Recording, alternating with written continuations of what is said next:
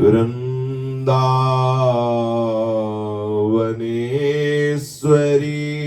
तवैव पदारविन्दम्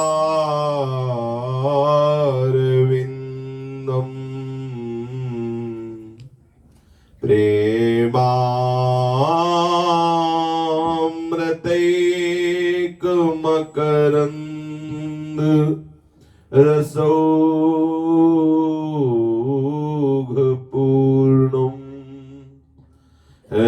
अत्यर्पितं मधुपते स्मरतापमुग्रम्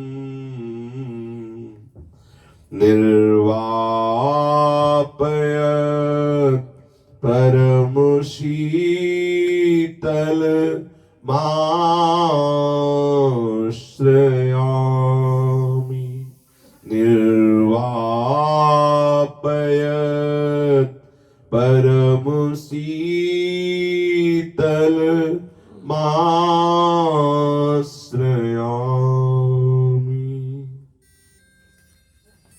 श्रीमद् श्री वृंदावन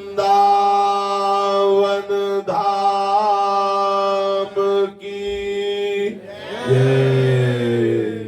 श्री वृंदावन श्री वृंदावन श्री वृंदावन श्री वृंदावन प्राण वृंदावन जीवन वृंदावन सर्वस्व वृंदावन श्री वृंदावन। श्री राधा वल्लभ लाल की जय। भक्तन के शुभ गुण चरित जो सुनी है चितलाए ताके भक्ति बढ़े घनी अरु हरि हो ही सहाय। अजहूं सोच विचारी के गही भक्तने पद ओट हरि कृपालु सब पाछिली क्षमी है तेरी खोट। हरि कृपालु सब पाछिली क्षमी है तेरी खोट। जिन महाभागवत भगवत प्रेमी रसिक संतों ने संपूर्ण अंतःकरण प्रिया प्रीतम के चिंतन मनन अहम में मेरे श्यामा श्याम ऐसा हूं मैं उनके श्री चरणों की दासी ऐसा अहम पूर्ण निश्चय मेरे जीवन धन केवल श्यामा श्याम केवल मनन श्यामा श्याम के चरणों का केवल चिंतन प्रिया प्रीतम की लीलाओं का रूप का जिन्होंने संपूर्ण अंतःकरण प्रिया प्रीतम के चरणों में अर्पित कर दिया है।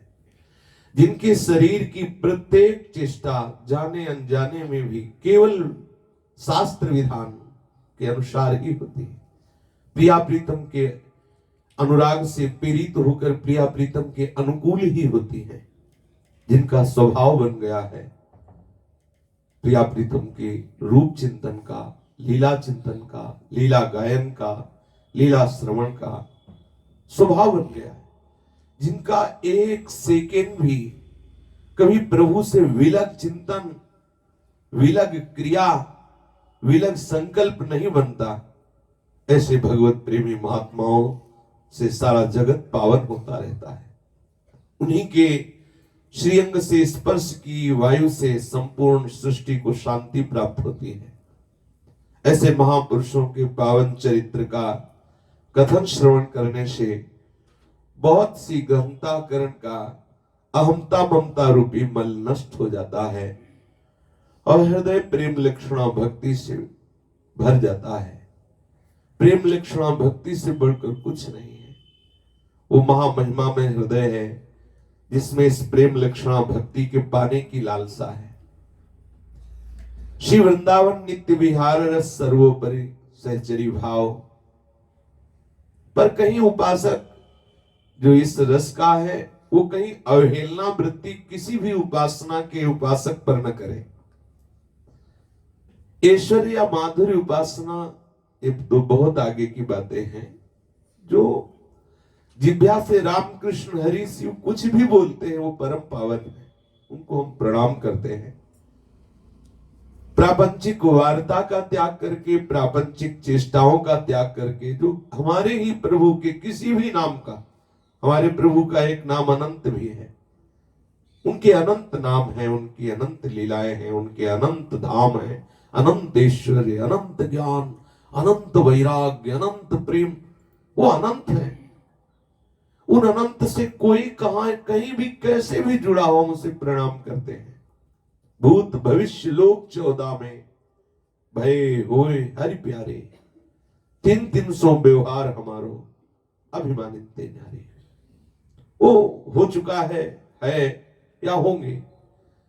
किसी भी हमारे प्रभु के नाम रूप के उपासक हो, किसी भी भाव से, वो चाहे आर्त भाव से, अर्थार्थी भाव से, जिज्ञासु भाव से, या एकात्म भाव से, अभिहित भाव से, किसी भी भाव से, वो शांत भाव से, दास्य भाव से, शक्य भाव से, वात्सल्य भाव से, गोपी भाव से, सहचरी भाव से, किसी भी भाव से हो, हमारे ही करुणा निधान प्रेम सिंधु प्रभु की आराधना करते हैं।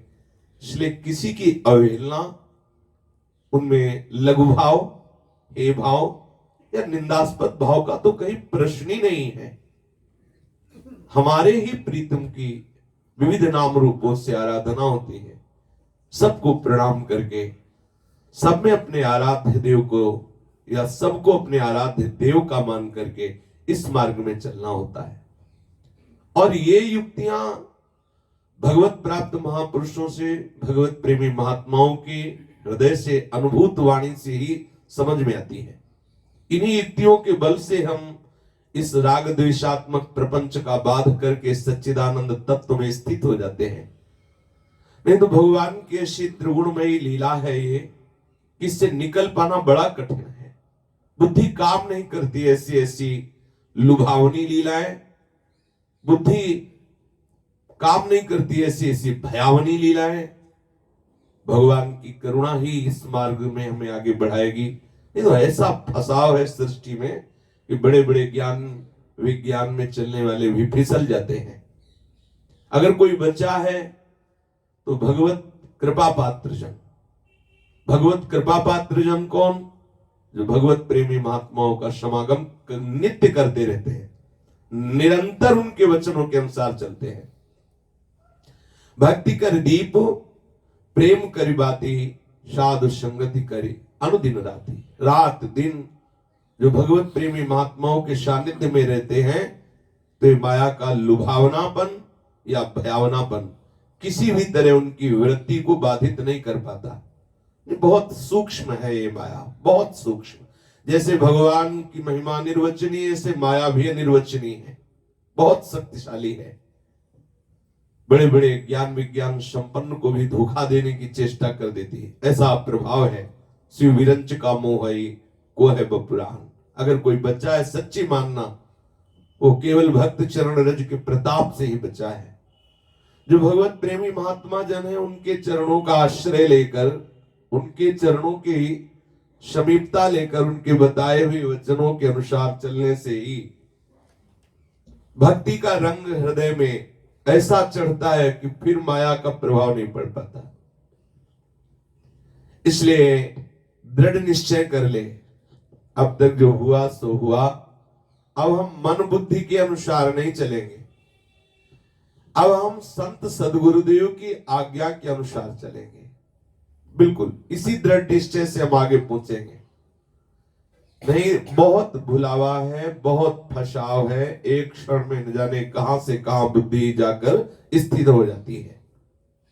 जब संत सदगुरुदेव की वचन के अनुसार हम चलते हैं तो धीरे धीरे हमारी इंद्रियां अंतर्मुख होने लगती हैं। अंतर्मुख इंद्रियों में संत सदगुरुदेव के वचनों के मनन के प्रभाव से धीरे धीरे भगवान के प्रति पूर्ण आस्था, पूर्ण समर्पण, धीरे धीरे भगवत भाव दृढ़ होते ही हमारे हृदय में प्रभु की हमारे पवित्रता के अनुसार, जैसी हृदय की पवित्रता है उसके अनुसार झांकी आने लगती है। और उसी झांकी में आसक्ति होने पर धीरे धीरे लगता है सदैव हमारे साथ रहे, मानसिक भावना में इस सदैव हमारे साथ रहे। मानसिक भावना पुष्ट होने पर लीला चिंतन, लीला में प्रवेश, जिससे बड़ा कोई सुख नहीं है। पूज्य श्री राधा बाबा कह रहे हैं कि आप थोड़ा समय लीला गायन और लीला गायन करते हुए लीला चिंतन में लगाइए। कोई भी लीला गायन करें, एकांत में एक एक पंक्ति की भावना बांधना प्रारंभ करें। आप देखिए आपको कैसी शांति मिलती है। मन बराबर लीलाओं में जब डूबने लगेगा तो व्याकुलता पैदा हो जाएगी। आप देखिएगा कैसी व्याकुलता होती है कि मैं कब इनके समीप पहुंचूं, जिनका इतना सुंदर रूप है, जिनकी इतनी सुंदर सुंदर चितवन मुस्कान, इतनी सुंदर बातें, इतनी सुंदर सुंदर शोभा से युक्त कुंज निकुंजे, मैं कब पहुंचूं, ऐसी व्याकुलता होने लगेगी। देखो हम तुम्हें दिखा रहे हैं कितनी सुंदर गोपियां हैं भावना में। बाबा गोपी भाव के महापुरुष हैं, कहते देखो कितनी सुंदर गोपियां हैं, कैसी सुंदर लताओं में सुंदर पुष्प बिन रहे हैं अपने प्रियाजू के लिए, लालजू के लिए। देखो संध्या का समय होता है, वैसे सब गोपियां श्रृंगार करती हैं। भावना करें, संध्या का समय हो रहा है, सब गोपियां श्रृंगार कर रही और उनके प्राण व्याकुल हो रहे हैं अपना श्रृंगार करते हुए। किस लिए? कि श्याम सुंदर आ रहे होंगे गाय चरा के। पूज्य बाबा जिन लीलाओं का चिंतन करते हैं उन्हीं लीलाओं का उगायन कर रहे हैं और बड़ी महिमामयी ये सत्य लीलाएं, सच्चिदानंदमय लीलाएं। उनके मन में अपने सुख की कोई वासना नहीं कि जो श्रृंगार कर रहे गोपी तो अपने मन में कोई सुख वासना है कि श्री कृष्ण मेरे श्रृंगार को देख करके मेरे पे आसक्त हो जाए, ऐसा नहीं। श्री कृष्ण सुखार्थ भावना लिए हुए संध्या काल में प्रत्येक गोपी अपने श्री अंग का श्रृंगार कर रही। गोपी प्रेम की विशेषता कि वो अपने सुख की कामना की कोई गंध भी नहीं लिए है इस श्रृंगार में। जैसे कोई युवती श्रृंगार करती है तो प्रीतम रीझे, रीझ कर सुख प्रदान करे, ऐसी भावना से श्रृंगार करती। लेकिन गोपी श्रृंगार कर रही है श्री कृष्ण सुखार्थ। उन प्रेमवती ब्रज सुंदरियों के जीवन की समस्त चेष्टाएं एकमात्र इसी उद्देश्य स्वभावता होती है कि हमारे प्रीतम श्री कृष्ण को सुख पहुंचे। उन्हें चेष्टा नहीं करनी पड़ती, उनका स्वभाव बन जाता है। उनका अपने शरीर को सजाना बिल्कुल अपने लिए नहीं है, श्री कृष्ण के लिए है। संध्या होती ही ब्रज सुंदरियां अपने श्रीअंगों का श्रृंगार करने लगती हैं। पर ये सजाना जहां आरंभ हुआ तो उसी क्षण श्री कृष्ण की गाढ़ स्फूर्ति होने से इस बात को भूल जाती कि मैं कहां हूं, मैं क्या कर रहे हूं। जहां गोपियां अपने अंगों में श्रृंगार करती हैं श्री कृष्ण सुखार्थ, वहीं अंदर चिंतन चल रहा है कि प्रीतम श्याम सुंदर आते होंगे। श्याम सुंदर के चिंतन में इतनी गाढ़ अवस्था हो जाती है कि उन्हें बिल्कुल सामने श्याम सुंदर दिखाई देते हैं। बस ऐसा देखते ही बाह्य ज्ञान रहित हो गई, बाह्य ज्ञान रहित हुई और कर रही थी शरीर का श्रृंगार।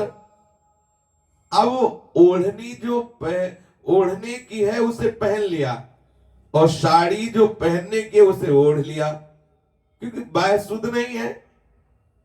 आंखों में लगाने का जो काजल है वो चरणों में लगा रही है, चरणों में लगाने का जो महावर है वो आंखों में लगा रही है।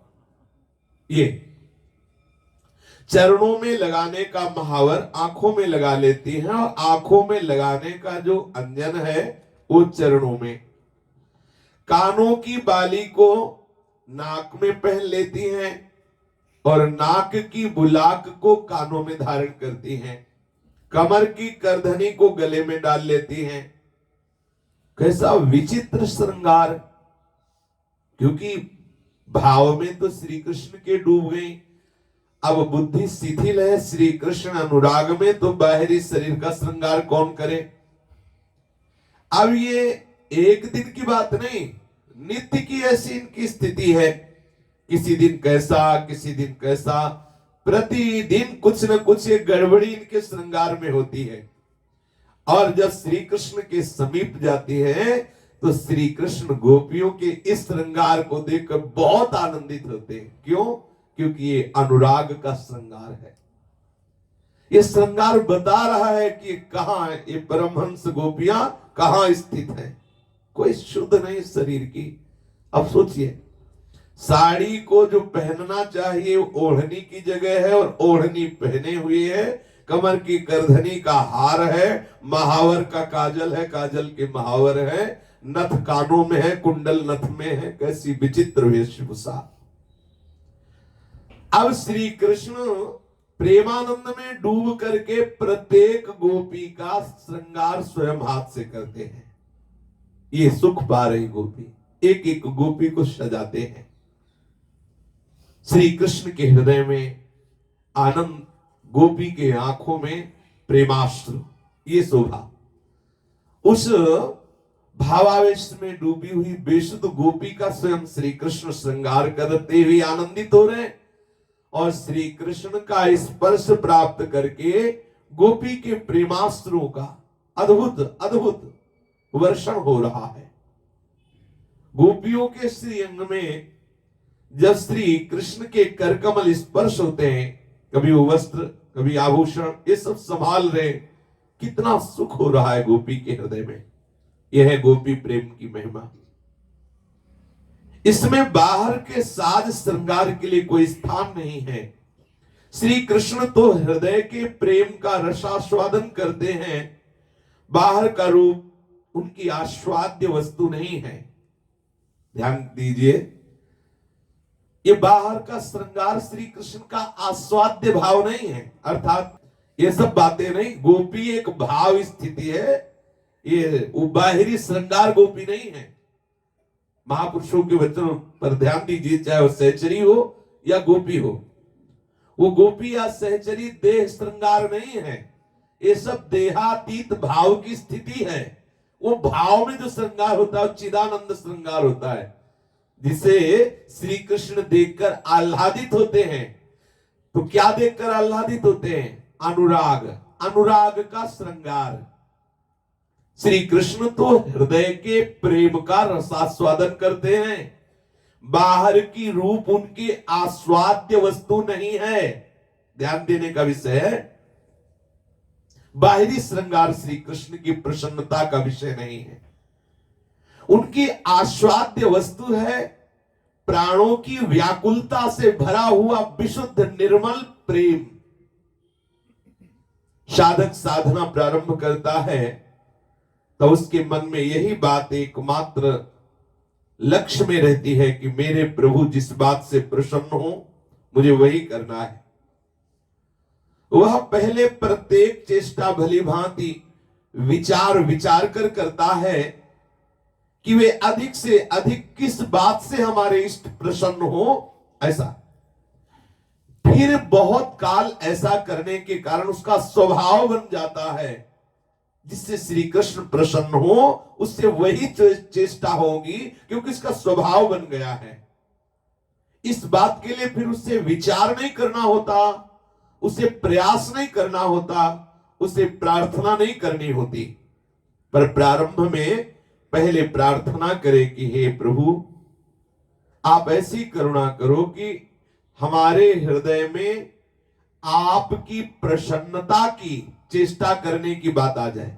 मेरा हृदय वही करे संकल्प, मेरा शरीर वही चेष्टा करे, मेरी इंद्रियां वही बर्ताव करे, श्री कृष्ण अनुकूल ले, आपके अनुकूल प्रियालाल, आपके अनुकूल चेष्टा करें। आप मुझ में ऐसे सामर्थ्य दे दें, मैं आपका एक यंत्र बन जाऊं, मेरे द्वारा वही चेष्टा हो जिससे आप युगल को सुख पहुंचे। ऐसा पर आगे चलकर ये प्रार्थना भी नहीं करनी होती, उसका स्वभाव बन जाता है।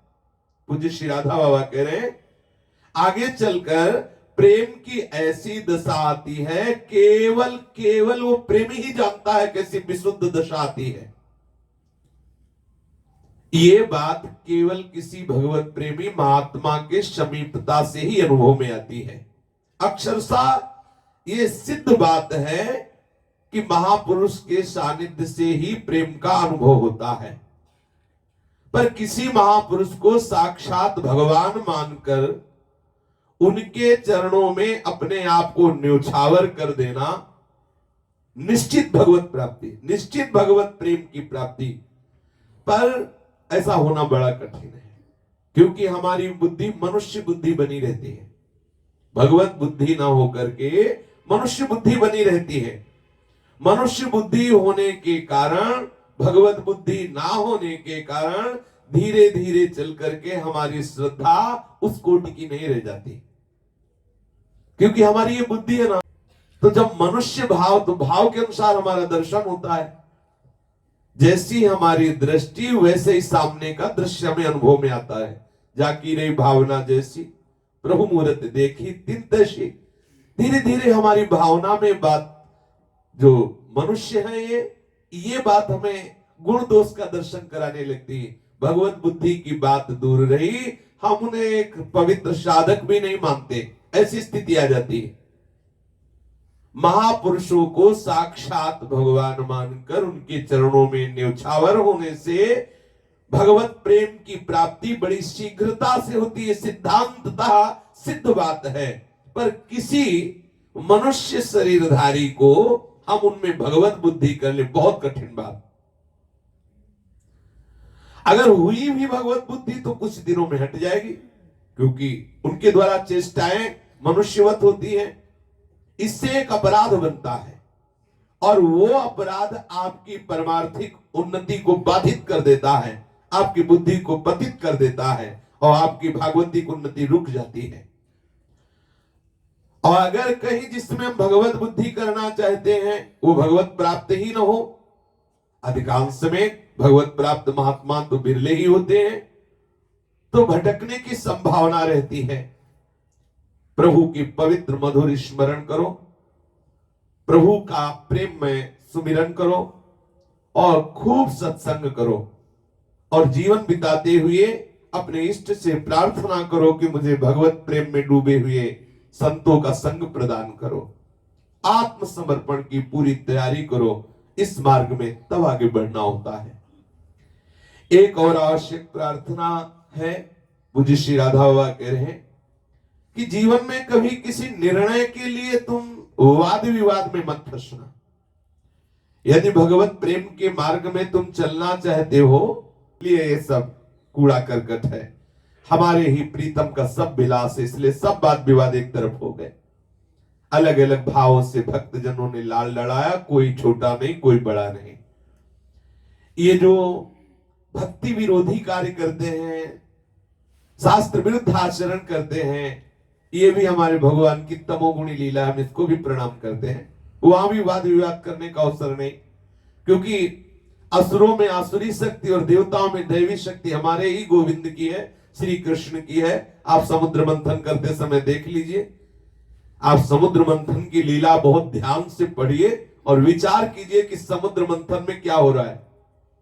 वासुकी में निद्रा रूप से लाए भी आप मंदराचल उठाकर, कच्छप रूप से नीचे, शास्त्राभाव रूप से ऊपर, देवताओं में दैवी शक्ति, असुरों में आसुरी शक्ति, बड़ा विचित्र लीला आप ही कर रहे हैं, दूसरा कोई है नहीं।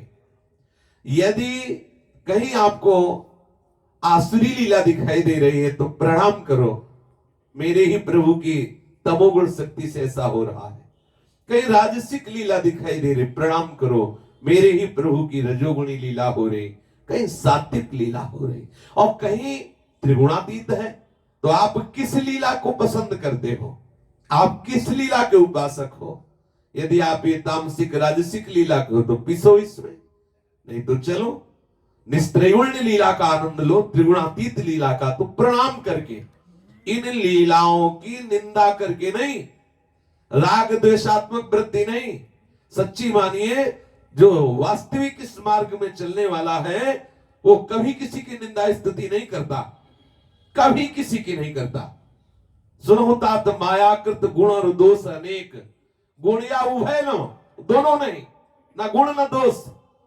अगर उभय कहीं दिखाई देता है, गुण कहीं, दोष, तो देखी सो अविवेक, वो अज्ञानी, अभी उसे ज्ञान नहीं हुआ। सच्ची मानिए बिल्कुल बिल्कुल हमारा ही प्रभु तमोगुण, रजोगुण और सतोगुण बना हुआ है, लीला कर रहा है।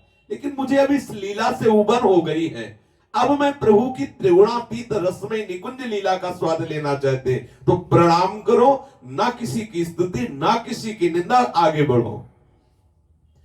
पूज्य श्री राधा बाबा कह रहे हैं कि तत्व निर्णय के झगड़े में कभी भी, वाद विवाद के झगड़े में कभी भी किसी उपासक को नहीं फंसना चाहिए। बोलो किसकी निंदा करें?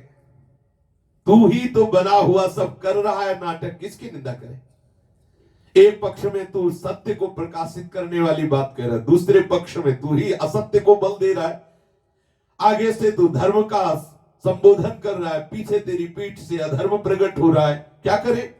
हम करें क्या? हम आगे से, पीछे से, ऊपर से, नीचे से, अगल से, बगल से, हर जगह से तेरे को नमस्कार करेंगे, बस इतना ही करेंगे, क्योंकि तू ही तू है, तेरे सिवा कोई हो तो भाई झंझट हो। अगर कोई और माला, फंस गए, पक्का समझ लो फंस गए, प्रणाम करो, निकल चलो चुपचाप, नहीं ऐसे ऐसे बंधन है, पूरा जीवन व्यर्थ हो जाएगा। बस प्रणाम से ही बच सकते हो, इसलिए त्रणादप सुनिए, अपने को तृण से भी नीचा समझकर प्रणाम करते हुए आगे बढ़ो।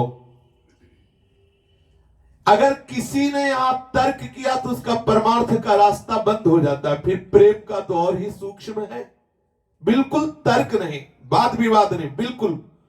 बहुत यही तो कहेंगे कि मूर्ख है, कुछ इसे ज्ञान नहीं है, बस इतना ही तो करेगा। हम प्रणाम करते और आगे बढ़ जाते हैं, क्योंकि हम जिस मार्ग के उपासक हैं वो तत्व तो अनिर्वचनीय है। जितना भी वाद विवाद किया जाए वो सब अल्पज्ञता के अंतर्गत ही है। एक आए थे दिग्विजयी रूप जी से, रूप गोस्वामी जी से कहा कि भाई या तो हमसे शास्त्रार्थ करो या विजय पत्र में दस्तखत करो, कि मैं हार गया तो उन्होंने दस्तखत कर दिया सीधे, एक शब्द नहीं बोले। ऐसा आप सोचो, इतने बड़े महापुरुष, वैसे भी अगर लोक में देखो तो उन्हीं के बल से राज्य चल रहा था। ऐसे मंत्री थे कि राजा उनके अधीन था, और वैसे भी शास्त्र के पांगत चैतन्य महाप्रभु के कृपा कटाक्ष में भीगे हुए महापुरुष एक शब्द नहीं बोले, तर्क विवाद की जगह में दस्तखत कर दिया तत्काल।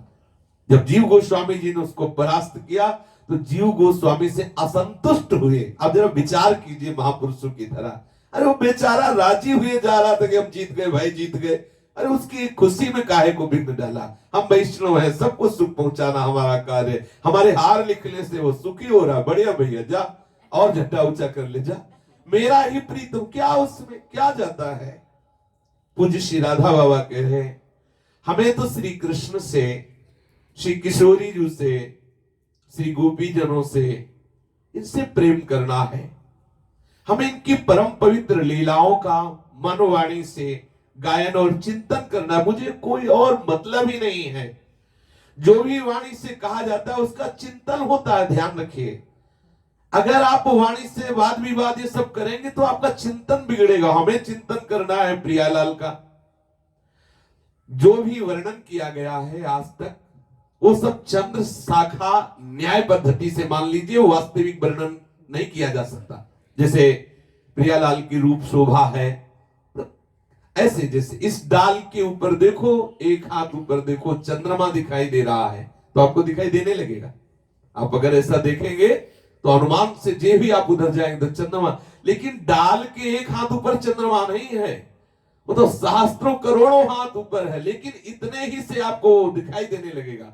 ऐसे ही जो हम झांकी, जो रूप, जो लीला वाणियों में पढ़ते सब सच्चिदानंद है, पर इतना नहीं है, क्योंकि सच्चिदानंद स्याही के अंतर्गत नहीं आ सकता, सच्चिदानंद कागज के अंतर्गत नहीं आ सकता। असीम सौंदर्य है जहां प्रभु के परस्पर नेत्र भी प्यासे के प्यासे रह जाते हैं, वहां कोई उपासक नेत्रों में उस रूप को भर के कैसे लिख सकता है। इसलिए जहां रूप वर्णन की बात आती है तो तेरो रूप कहत नहीं आवे। फिर आप कह क्यों रहे, जैसे हरिवंश कछुक जस गावे। आपका जस गान करने के लिए, अपने हृदय को शीतल करने के लिए जो कुछ आप प्रेरित कर रहे हैं, सामर्थ्य दे रहे हैं, उतना आपका जस गा रहे हैं। बकाया तेरो रूप कहत नहीं आवे। उपासक को चाहिए, पूज्य श्री राधा बाबा कह रहे हैं, सिद्धांत के, निर्णय के, तत्व के, निर्णय के फेर में बिल्कुल मत पड़ो। सरलता से, श्रद्धा से आत्मसमर्पण की तैयारी करो। श्री कृष्ण, श्री किशोरी जी, इनके चरणों के सिवा मुझे और कुछ नहीं जानना। आहा, हमारी केवल तैयारी हो रही है श्री कृष्ण और श्री राधा रानी के चरणों में प्रेम होने की। हमारा आत्मसमर्पण केवल इन्हीं दोनों के चरणों में। श्री कृष्ण स्वयं इस आत्मसमर्पण को स्वीकार कर लेंगे, तैयारी हमारी तरफ से होनी है। पहले प्राणों की समस्त व्याकुलता लेकर तैयारी करनी होगी। कोई ज्ञानी कहे कि ब्रह्म प्राप्ति ही सबसे ऊंची स्थिति है, तो हम उसे अपने इष्ट भाव से प्रणाम कर लेंगे और ये भावना करेंगे कि हमारी परीक्षा के लिए ये हमारी भक्ति की निम्नता की बात कहकर अपने ज्ञान की सिद्धि कर रहा है। समझ रहे? कोई भी ज्ञानी अगर कह रहा है कि ये सब भक्ति और ये सब द्वैत भाव की उपासना अविद्याग्रसित है, ब्रह्म प्राप्ति ही सबसे ऊंची स्थिति है, तो हम उसको प्रणाम करेंगे और ये मानेंगे कि मेरे ही भगवान मेरी परीक्षा के लिए मेरे सामने मेरी भक्ति मार्ग की ऐसी लघुता की बात कह रहे हैं।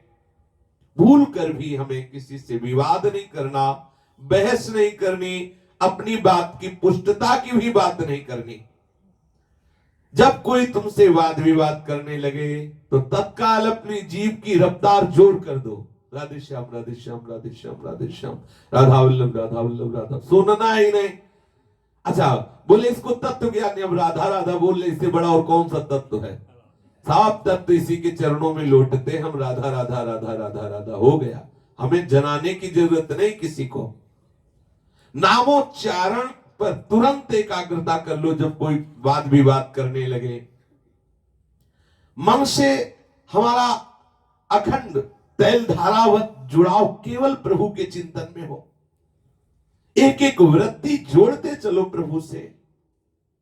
जो बाधक हो उसे तुरंत फेंकते चलो, विचार करने की जरूरत नहीं है। एक ही प्रभु अपने को दो रूपों में करके लीला का आस्वादन करा रहे हैं।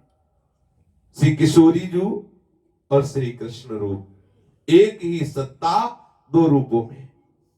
श्री लाडली जी ही श्री कृष्ण है, श्री कृष्ण ही लाडली जी है, इनमें बिल्कुल अंतर नहीं है। सर्वथा सौर से नित्य एक तत्व ही दो रूप में खेल रहा है। ऐसा होते हुए भी अनादिकाल से लीला का आस्वादन करने के लिए श्री कृष्ण एवं श्री राधा के रूप में नित्य सच्चिदानंदमय रस घनीभूत प्रेम का स्वरूप धारण करके कुंज निकुंजों में क्रीड़ारत है। ये जो गोपी जन है ये श्री किशोरी जी की काय व्यूह रूपा है, इन्हीं के अंश से प्रकट है। स्वयं श्री राधा जो ही श्री कृष्ण है, श्री कृष्ण जो ही राधा है, किशोरी जी के अंश से ही ये समस्त गोपियों का प्रादुर्भाव हुआ है। नित्य गोपियों का अनंत गोपियां प्रकट हुई हैं।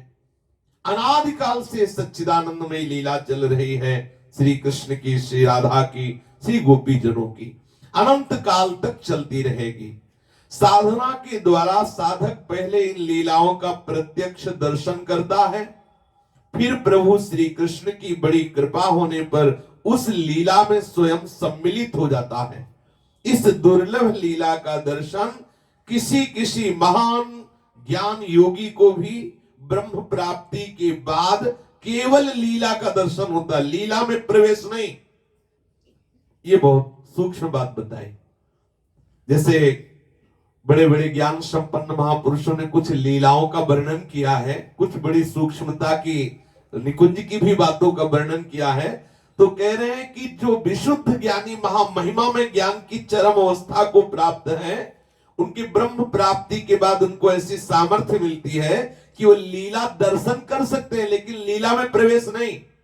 ये बात बोले अगर लीला में प्रवेश ना होता तो गान कैसे कर रहे हैं, ये सूक्ष्मता की बात है। लीला दर्शन कर सकते हैं लेकिन लीला में प्रवेश नहीं।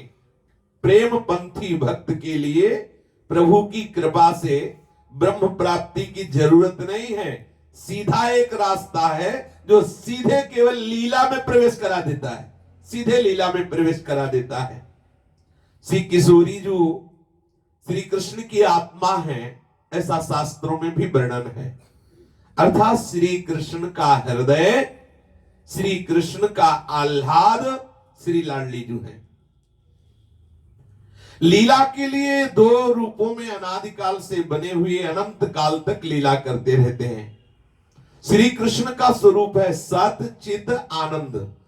सत में संधिनी शक्ति रहती है, चित में चित शक्ति रहती है, और आनंद में ह्लादिनी। ह्लादिनी का सार रूप श्री राधा किशोरी। श्री कृष्ण में जो सतचित आनंद है वे ही वृंदावन बने हुए हैं, वे ही योग माया बने हुए हैं, वे ही किशोरी जी बने हुए हैं, वे ही अनंत गोपियां बने हुए। ये सतचित आनंदमय लीला चल रही है, अनंत काल तक चलती रहेगी। वृंदावन, योग माया, श्री किशोरी जी, श्री कृष्ण, ये कहने को अलग अलग है, एक ही रस तत्व ऐसा है। असली बात श्री कृष्ण कृपा से जानने में आएगी। पूज्य श्री राधा बाबा कह रहे हैं, मैं एक निवेदन कर रहा हूं कि सतचित आनंदमय लीला की ये छाया है जो तुम्हें विश्व दिखाई दे रहा है। यहां जितना भी आप देख रहे हैं, स्त्री पुरुष पशु पक्षी वन पर्वत समुद्र नदी, ये सब उस सतचित आनंदमय दिव्य राज्य की एक छाया है। ब्रज प्रेम की प्रत्येक लीला में बात ध्यान में रखनी चाहिए कि यहां किसी भी गोपी के मन में बिल्कुल अपने सुख की इच्छा नहीं है। जो श्री कृष्ण है वे ऐसे नहीं है कि यहां उनको सुख नहीं चाहिए, वो सुख सिंधु हैं। यहां श्री कृष्ण सुख की चाह से युक्त है। जो ब्रज में श्री कृष्ण है वो भगवान नहीं है कि वो भाई सुख सिंधु, उनको सुख की चाह नहीं, वो तो विश्व का भरण पोषण करने वाले हैं, उनको भोग की आवश्यकता नहीं, उनको आवश्यकता है। पूज्य राधा बाबा कह रहे हैं यहां उनका ऐश्वर्य भगवत्ता नहीं, यहां वो गोपी प्रेम के भूखे हैं। गोपी वृंदावन में प्रेम के प्यासे हैं, सुख की चाह से युक्त हैं। और गोपियां श्री कृष्ण हमारे प्रीतम प्राण वल्लभ हैं, इनको मुझे सुख देना है क्योंकि वो सुख की चाह से युक्त है। ऐसी यहां लीला होती है। ब्रज सुंदरियों की चेष्टाओं में भाव नहीं होता कि श्री कृष्ण से हमें सुख मिले, क्योंकि हमारे प्राण वल्लभ हैं, हमें सुख प्रदान करें। उनके हृदय में यह होता है कि मेरे द्वारा कैसे मेरे प्राण वल्लभ को सुख पहुंचे, ऐसी धारणा। यहां यह भी बात समझने की है कि जो वृंदावन में चिन्मय लीला होती है, जो पीछे हुई, प्रत्येक गोपियों के पति भी थे। जो अपने भागवत में पढ़ के देखो, कुछ ऐसी गोपियां थी जिनके पति भी थे, पर वो हाड़ मांस वाले नहीं थे, वे श्री कृष्ण के ही प्रतिमूर्ति ही थे, श्री कृष्ण स्वरूप ही थे। पति रूप में जो भी प्राप्त हुए थे गोपियों को, वो श्री कृष्ण के ही अंश स्वरूप थे।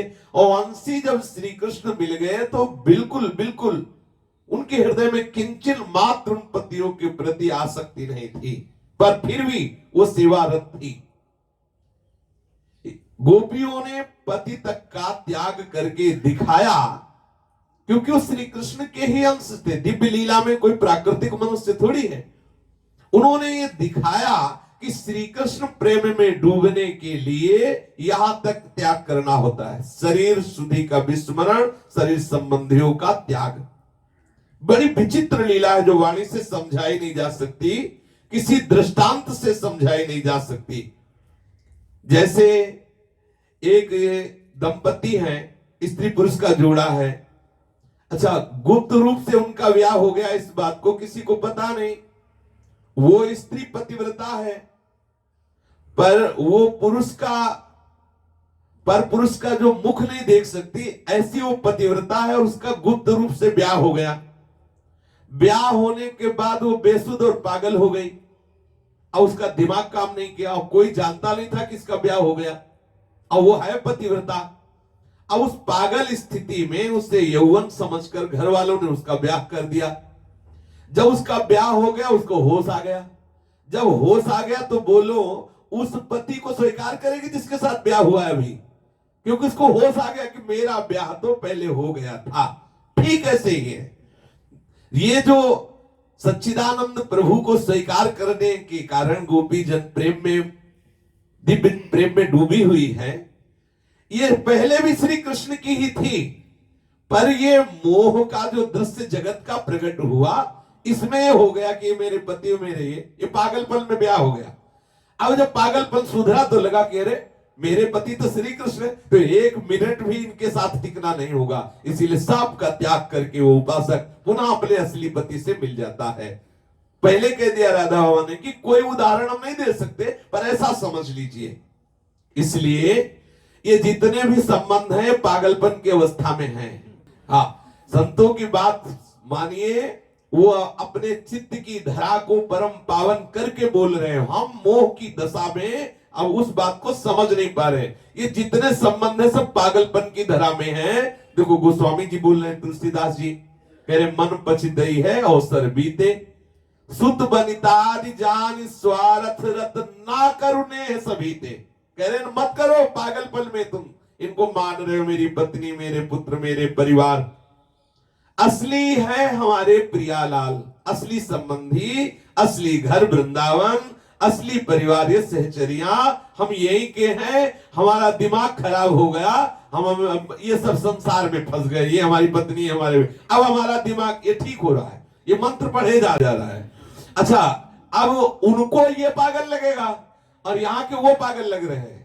अब आप देख लीजिए कौन सा पागलपन अच्छा है, वो पागलपन अच्छा है या ये पागलपन अच्छा है। पर पागल दोनों के लिए दोनों हैं। उनको लगता है कितने पागल है यार, सब सुख छोड़ करके बाबा जी बने, रोटी मांग, मतलब जिंदगी मौत से बितानी है, और ये देखो मांग मांग के खा रहे हैं और सब कुछ छोड़। पागल नहीं और क्या, बाप के घर की संपत्ति छोड़ रहे हैं, महल अटारियां छोड़ रहे हैं, भोजन छोड़ रहे हैं, ब्याह आदि सब छोड़ रहे हैं, बाबा जीवन के फटे पुराने कपड़े, रोटी मांग के खाना और गालियां पाना। बोले ये कोई पागलपन नहीं तो और क्या है, ये पागल। अच्छा, संत जन बेचारे कहां व्यर्थ के भोगों में समय नष्ट कर रहे, सच्चिदानंद भगवान के चिंतन छोड़ करके। उनकी नजर में वो पागल, उनकी नजर में पागल। राधा बाबा कह रहे हैं ये जितने संबंध बाहरी हैं, ये पागलपन की अवस्था में जब आप ठीक हो जाओगे तो आपको दिखाई देगा कि आपके पति, आपके मित्र, आपके प्रीतम केवल प्रभु। बिल्कुल ध्रुव सत्य बात है। कुछ दिन बाद आप देखिए होश में आ जाओगे। जिनके होश आ गए हैं वो ऐसे ही बोल पड़े कि मेरे गिरधर गोपाल छोड़ दूसरो न कोई, मेरे तो गिरधर गोपाल दूसरो न कोई, प्रभु के सिवा मेरा कोई नहीं। सब बोलेंगे, हृदय से बोलेंगे।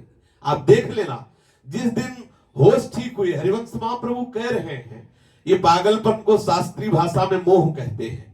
जैसी हरिवंश प्रपंच विषय रस मोह के, मोह मूल बहुसूल प्रद त्याग उत्तम अभिमान।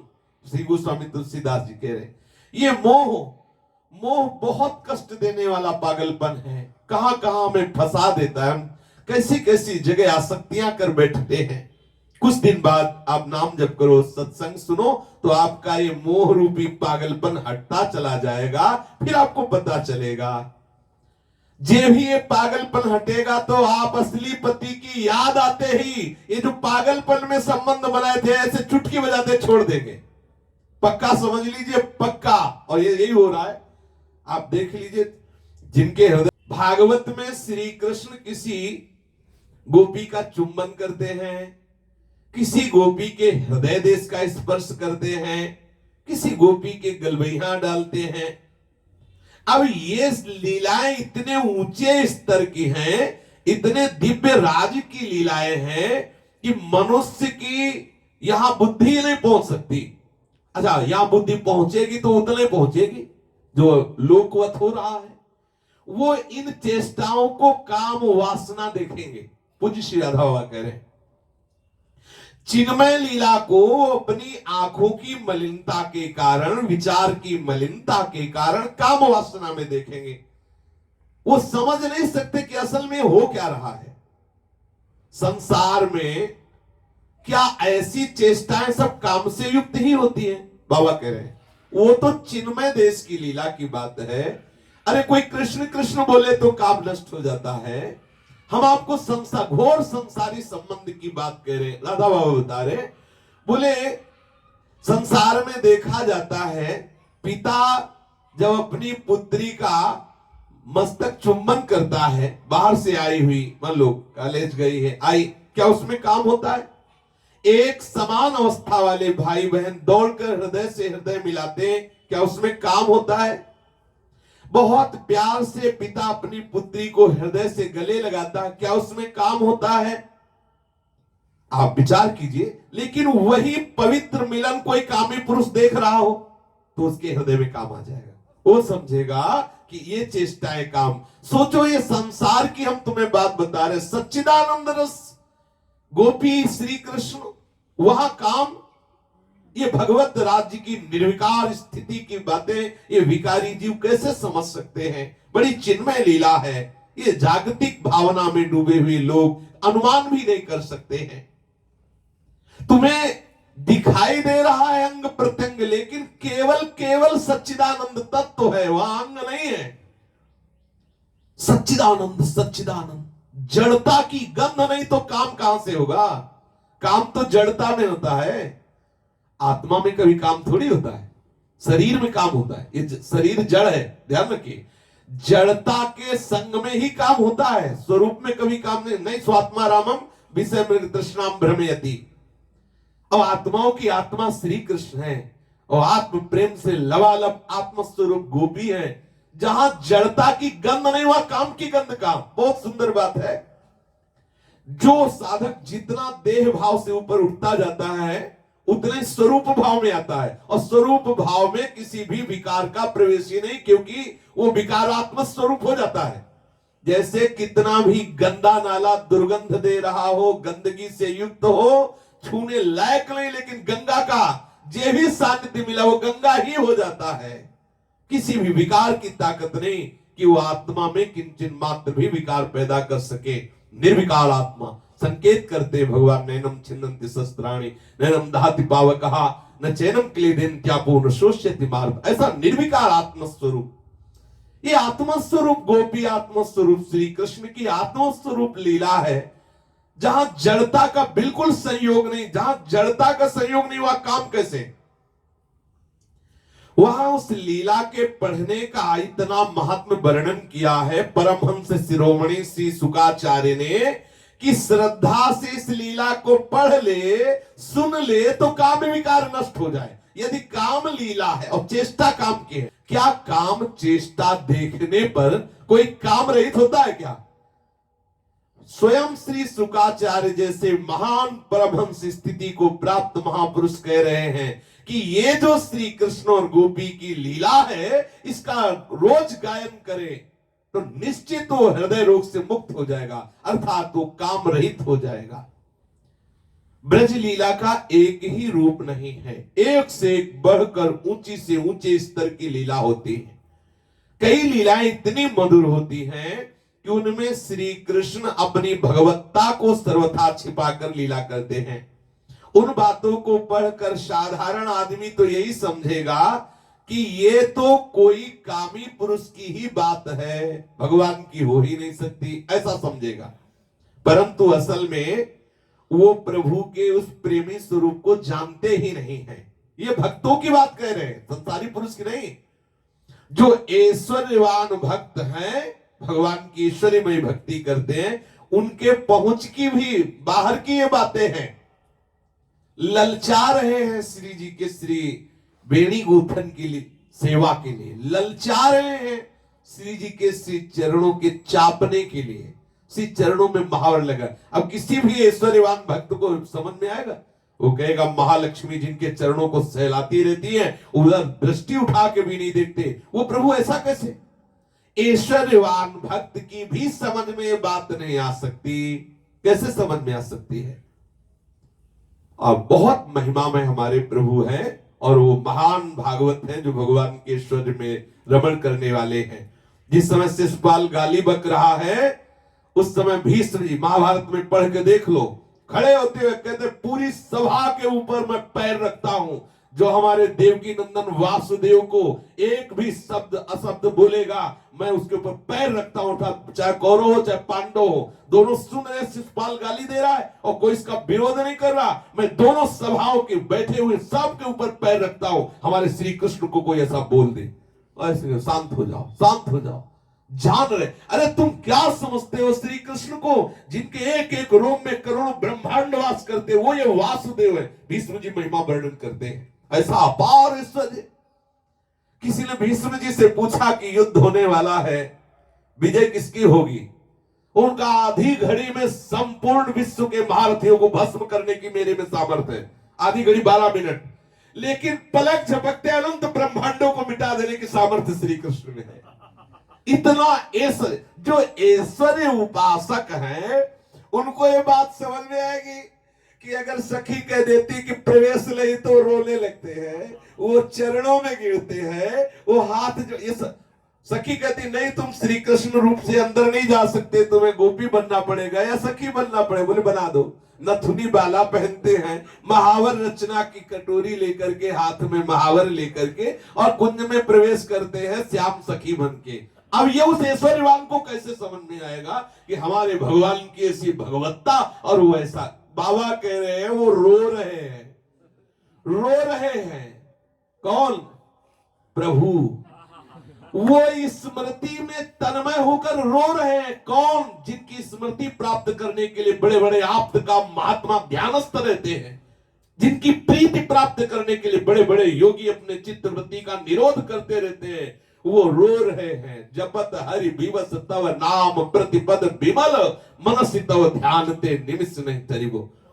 कालिंदी तटकुंज मंदिर गदो योगींद्र वद्यत पद।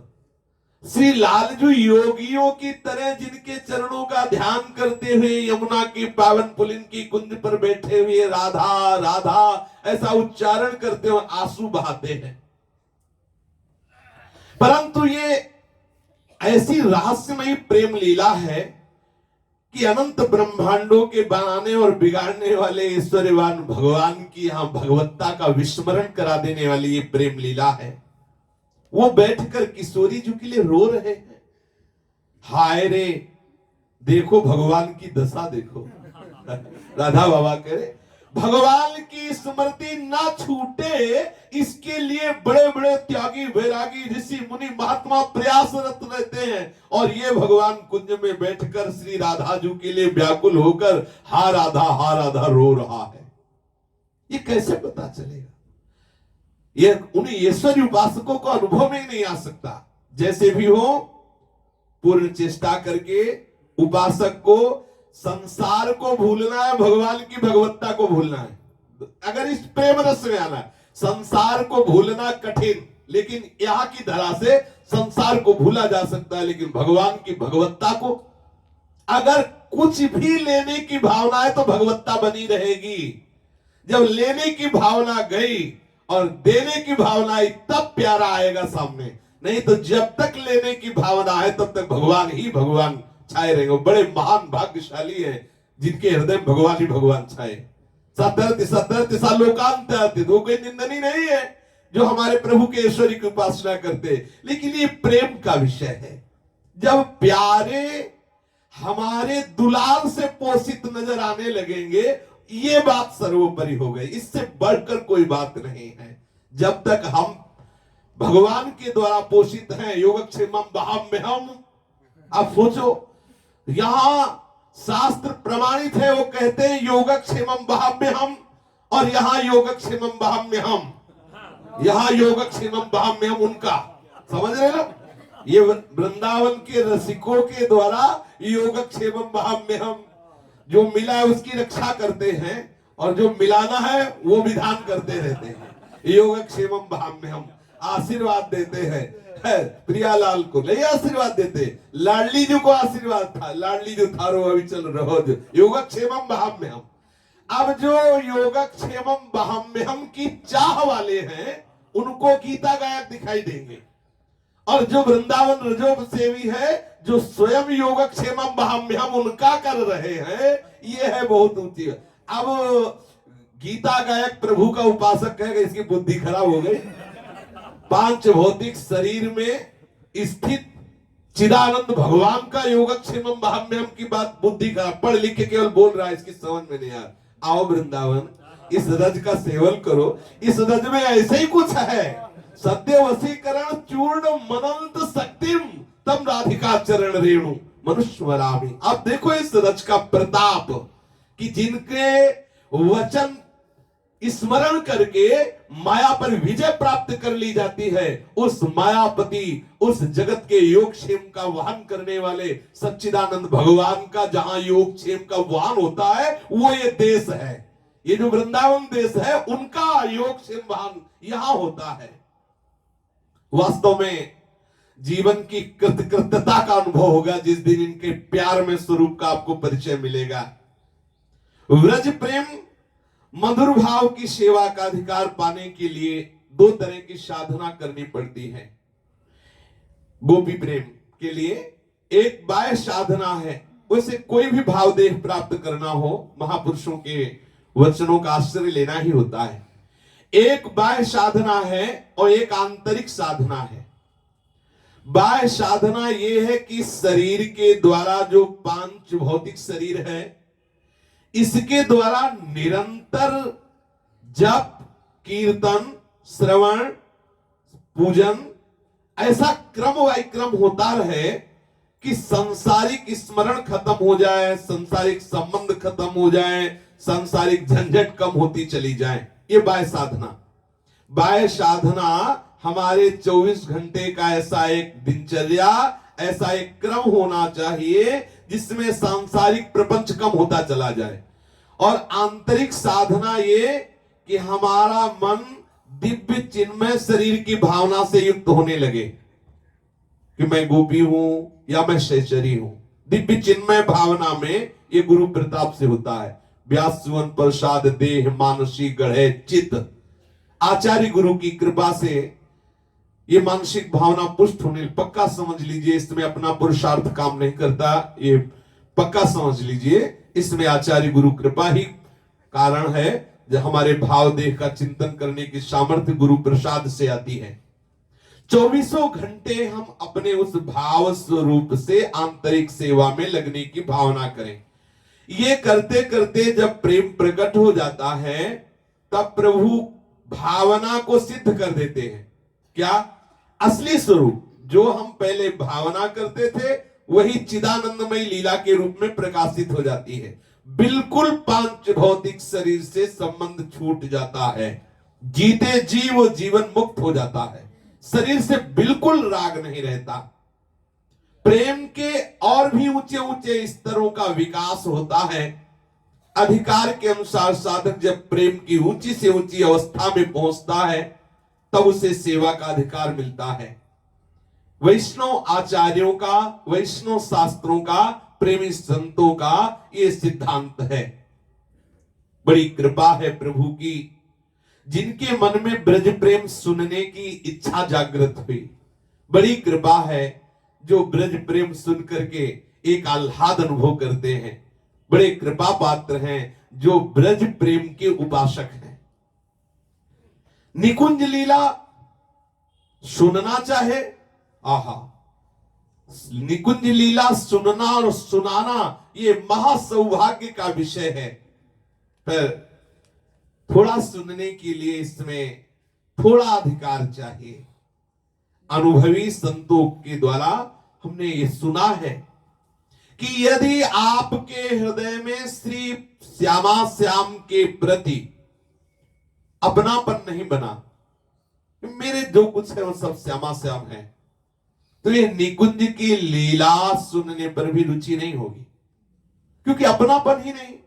इस लीला का विशेष आह्लाद, विशेष चमत्कार, विशेष दिव्य भाव का प्रादुर्भाव उनके हृदय में शीघ्र होगा। जीवन का एकमात्र उद्देश्य जिनके श्री राधा कृष्ण हो गए हैं, पूज्य राधा बाबा कह रहे हैं, जिसके मन में कभी भी श्री कृष्ण एवं श्री राधा की मधुर लीलाओं को सुनकर ये भाव नहीं आता कि ये स्त्री पुरुष है, प्रिया प्रीतम के प्रति, जिन्होंने अपना सर्वस्व प्रिया प्रीतम के चरणों में स्वाहा कर दिया है, जिसका श्री कृष्ण एवं श्री राधा के प्रति अपार असीम अनंत प्रेम है, अटूट अडिग, एक से एक ऊंचे स्तर की लीला होती है और नित्य लीलाओं चलती रहती हैं। परकीया भाव की लीला, इसमें प्रभु श्री कृष्ण की बड़ी विलक्षण प्रेम लीला होती है। इसमें श्री राधा रानी का प्रेम कितना ऊंचा है वो देखने को मिलता है। इस परकीया भाव की लीला में होता क्या है, प्रभु सच्चिदानंद घन श्री कृष्ण अनंत रूपों में प्रकट होकर सभी गोपियों के एक एक पति रूप धारण करते हैं और श्री राधा रानी के समीप भी श्री कृष्ण रूप से स्थित रहते हैं। प्रत्येक लीला के द्वारा सिद्ध किया जाता है कि पवित्र प्रेम क्या है, प्रेम में कितना त्याग है। सबसे कठिन जो आर्यपथ कुल धर्म है उसका त्याग भी गोपीजन श्री कृष्ण प्रेम के लिए सहज ही कर देती हैं। प्रेम की पराकाष्ठा की लीला, ब्रज लीला में प्रेम प्राप्ति कतिपय वैष्णव आचार्यों ने एक से एक बढ़कर लीलाएं लिखी हैं, अनुभव की हैं। अवश्य इतने ऊंचे स्तर की प्रेममय लीला है कि सबके कहने सुनने में समझ में ही नहीं आएगा, बड़ी ऊंची स्थिति की है। ये इतनी ऊंची बात है, इसमें इतने रहस्य भरे पड़े हैं।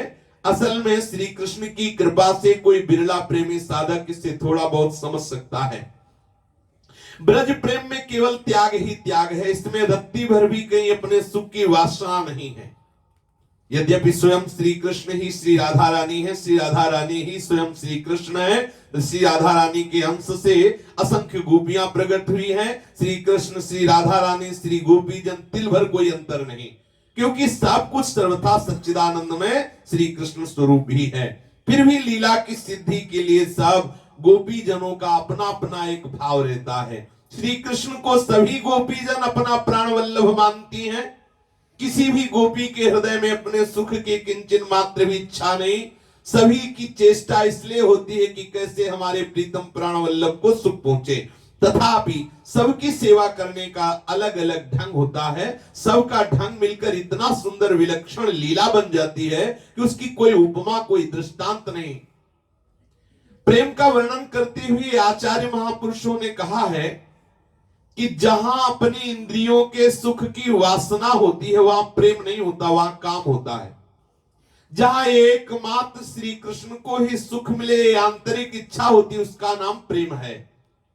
काम और प्रेम को इसी कसौटी पर कसना चाहिए कि काम में प्रत्येक चेष्टा होगी इस उद्देश्य से कि हमें सुख मिले, अधिक से अधिक उसके द्वारा हमें आनंद मिले, और प्रेम में प्रत्येक चेष्टा होगी, उसका उद्देश्य होगा कि हमारे द्वारा प्रीतम को सुख मिले।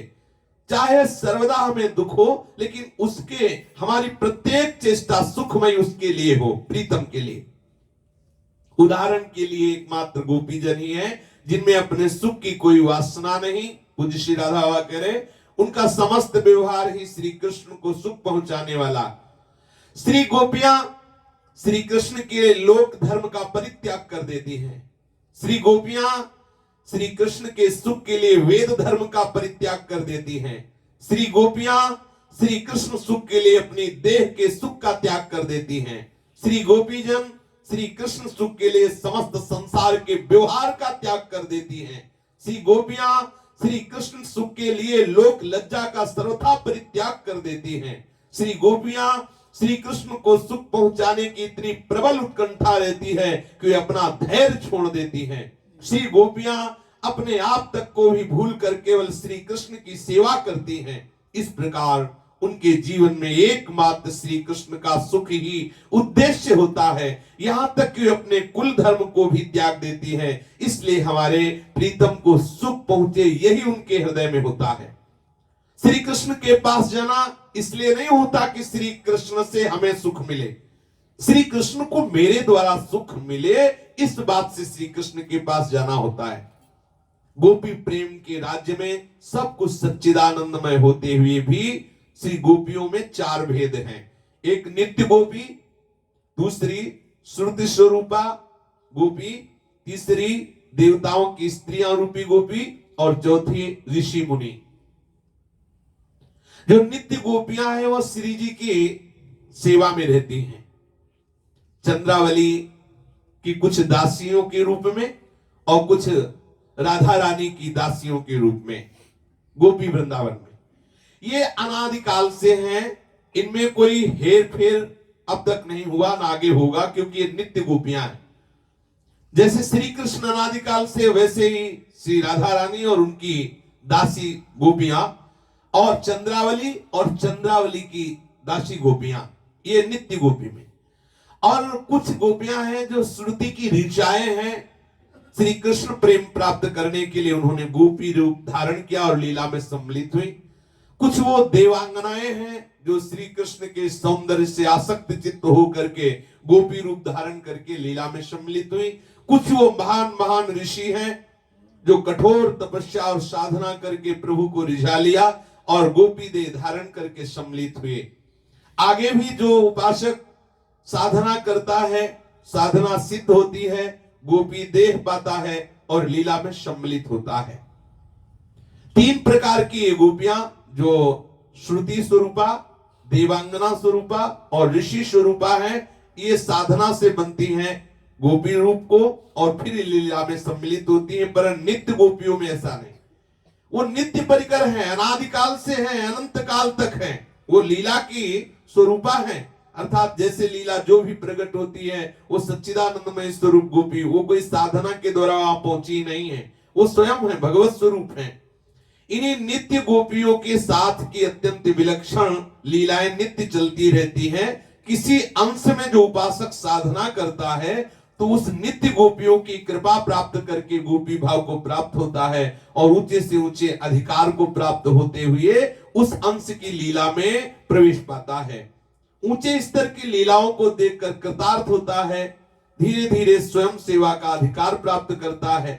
लेकिन जो नित्य गोपियां हैं, नित्य दासियां हैं, स्वयं श्री राधा रानी एवं श्री चंद्रावली जी हैं, उनके अलग अलग भाव हैं, अलग अलग सेवा में रहती हैं और सबका भाव श्री कृष्ण के प्रति प्राण वल्लभ भाव है। सबसे ऊंचा सर्वोत्तम जो प्रेम है वो श्री राधा रानी में देखा गया, ऐसा पूज्य श्री राधा बाबा वर्णन करते हैं। इस प्रेम लीला में स्वकीया एवं परकीया दो भाव हैं। स्वकीया सर्वथा निकुंज लीला के अंतर्गत है। जो स्वकीया भाव है वो गोपी वृंदावन में निकुंज लीला, और परकीया भाव गोष्ठ एवं निकुंज दोनों लीलाएं सम्मिलित होती हैं। गोष्ठ निकुंज की सम्मिलित लीला में जितनी गोपियां हैं वो सब परकीया भाव की हैं, और जो स्वकीया भाव की हैं वो निकुंज लीला में। ये ब्रज वृंदावन, गोपी वृंदावन। गोपियों में एवं श्री राधा रानी में, श्री राधा रानी और चंद्रावली में समझे नहीं आएगी। पाछे न होती अब हूं आगे है, ये गति अद्भुत रूप की और श्री कृष्ण को कोई फंसा सके ऐसा केवल श्री राधा किशोरी जी की भ्रकुटी में दम है और किसी में नहीं है। भ्रकुटी निर्जित मदन मंद सस्मित बदन कि ये रस विवश घनश्याम पिय गोरी।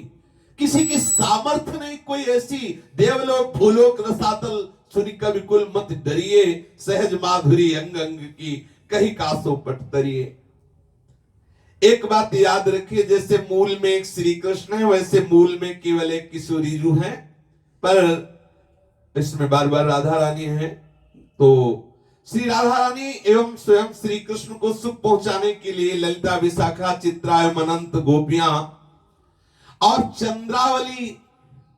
चंद्रावली का एक अलग परिकर बड़ा रसमय ठाकुर की लीलाएं हैं, ब्रज लीला के अंतर्गत है। वो अपने को अब इसलिए वर्णन करते हैं कि देखो क्या है गोपी वृंदावन, क्या है गोपी प्रेम, क्या है गोपी चिंतन।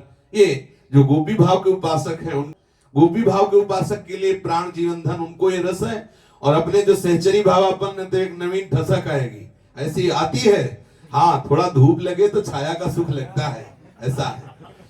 तो अब समझो वृंदावन नित्य विहार रस में थोड़ा धूप जैसी आंच लगती है। इधर से जो महासुख का वर्णन कहा गया है थोड़ी आंच जैसी लगती है। हमारी श्री जी से कोई होड़ कर सके है? जैसी थरिवंश प्रताप रूप गुण वैबल श्याम उजागर जाकी भ्रू विलास बस पसुरियु दिन वित की तरह सागर। देखो माई, सच्ची बात, ये कोई पक्षपात की बात नहीं है, कोई पक्षपात की बात नहीं। रसिकों की पढ़ करके देखो, प्यारी जू की भ्रकुटी रूपी बाण से, भ्रकुटी रूपी धनुष से नैन रूपी बाण और कज्जल रेख रूपी अनी जब चलती है ना, और लालजू के मानस मृग पर जब प्रहार होता है ना, फिर कोई है ही नहीं जो बचा सके, ऐसा है। भ्रकुटी काम को दंड नयन सर कज्जल रेख अनी। हाँ, कोई ऐसा अब है कोई ऐसा कि लालजू को कटाक्ष मारे? जहां देखोगे तो लालजू की कटाक्ष का चमत्कार देखोगे। आप देख लो पूरे शास्त्र उठा के, आप हमें बताना कि किसी गोपी ने मारा कटाक्ष और लाल मूर्छित हुई है, बताना हमें, कोई बताना है?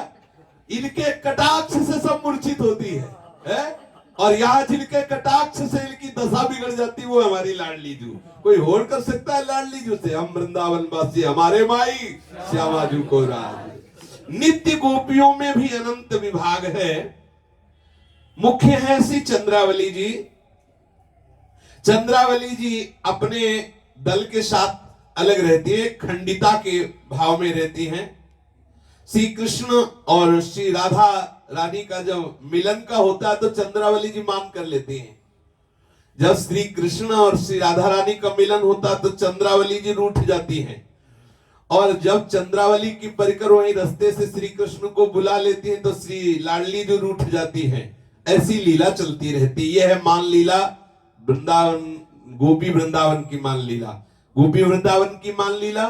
जब चंद्रावली के पास लालजू होते हैं तो राधा रानी मान करती है, जब राधा रानी के पास होते हैं तो चंद्रावली जी मान करती है।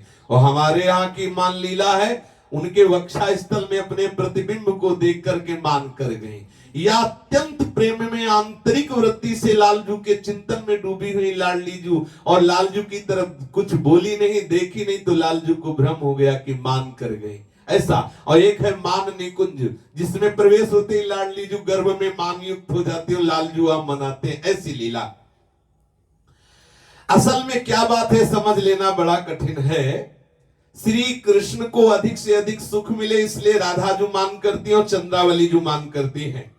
मान करने में कितना ऊंचा ऊंचा भाव होता है, आपको श्री राधा जू के प्रेम प्रलाप की कुछ बातें जब पढ़ने को मिलेंगी या समझने को मिलेंगी तब समझ में आएगी।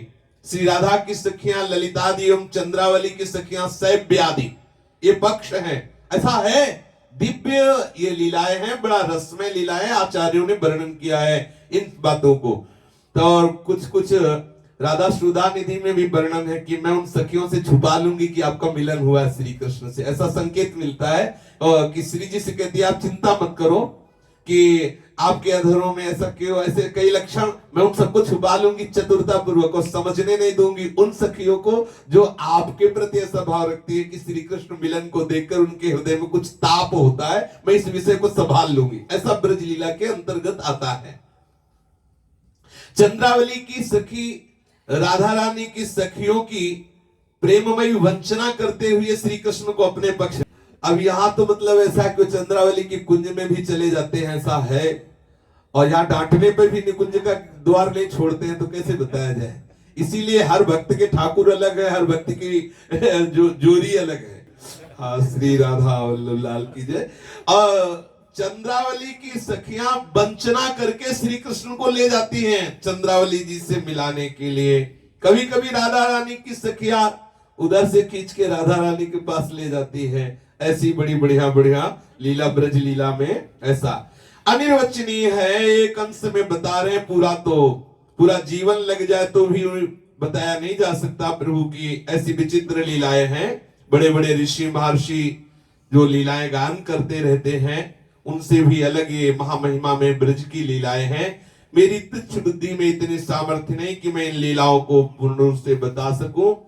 आप अपनी ओर से बात करते रहना, निरंतर नाम जप करते रहना, लीलाओं का गायन करते रहना, लीलाओं के चिंतन की भावना करते रहना।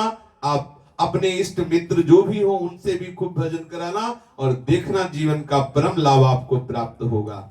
जय जय श्री राधा वल्लभ लाल की जय। जय श्यामा, जय जय श्याम, जय जय श्री वृंदावन धाम। जय जय श्यामा, जय जय श्याम, जय जय श्री वृंदावन धाम।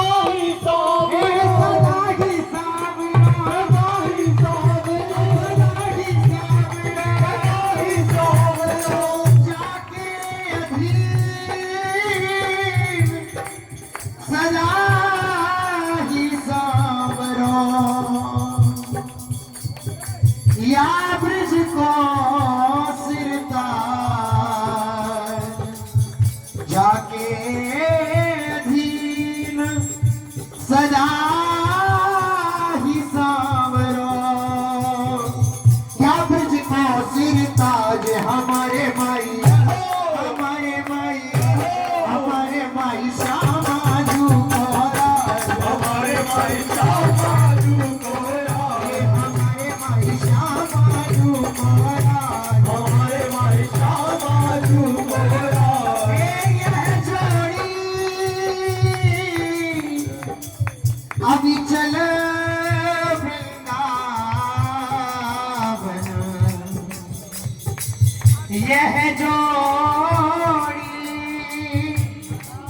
अभी चल वृंदावन, नायन आन सोकाज, श्री विठ्ठल विपुल बिहारिन के बल, दिन जल धर जो आज ये हाथ, दिन जल धर जो गाज, ये हाथ दिन जल धर जो आज, हमारे माई श्यामा जू को राज, हमारे माई श्यामा जू को राज, हमारे माई श्यामा जू को राज, हमारे माई श्यामा जू को राज। मेरी मेरी राधा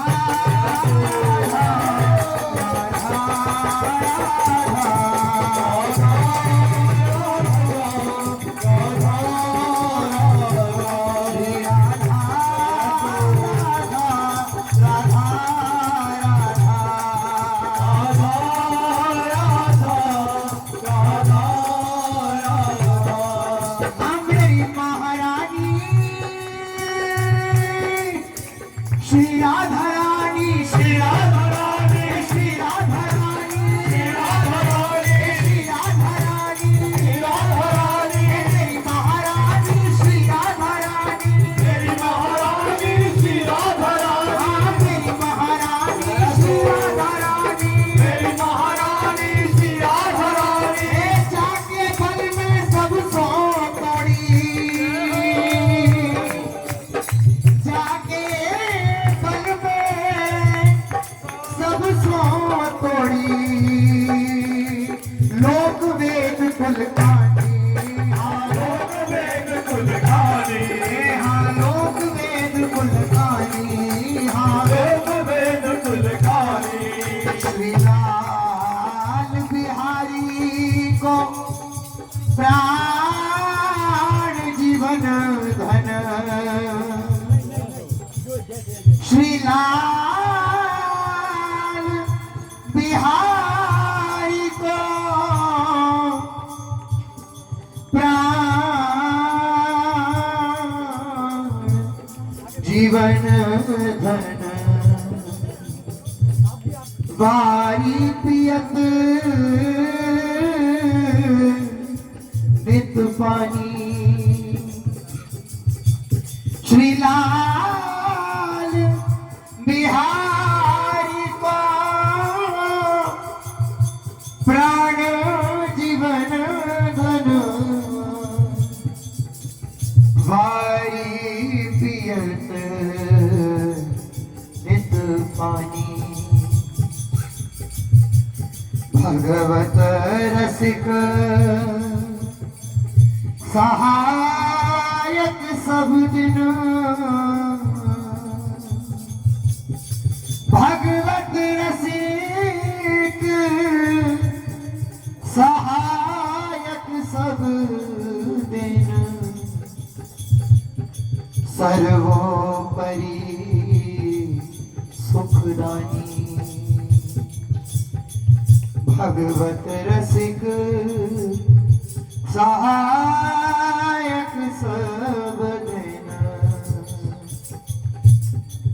सर्वोपरि सुखदानी। हाँ मेरी महारानी श्री राधा रानी, मेरी महारानी श्री राधा रानी, मेरी ठाकुरानी श्री राधा रानी, मेरी ठाकुरानी श्री राधा रानी, श्री राधा रानी, राधा रानी, श्री राधा रानी, श्री राधा रानी, श्री राधा रानी, श्री राधा रानी। राधा राधा राधा राधा, राधा राधा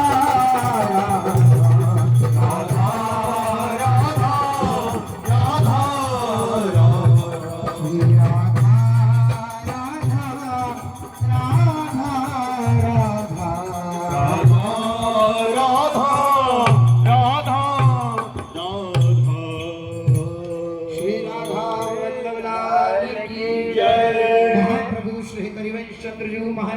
जी की श्री जय सेवक जी महाराज की जय समस्त सहचरी वृंद वृंद की की जय श्री वृंदावन धाम धाम की जय श्री यमुना रसराज की जय समस्त संत हरि भक्त की की जय श्री सद्गुरुदेव भगवान की जय जय जय श्री राधे श्याम जय जय श्री राधे श्याम जय जय श्री राम जय जय श्री महाराज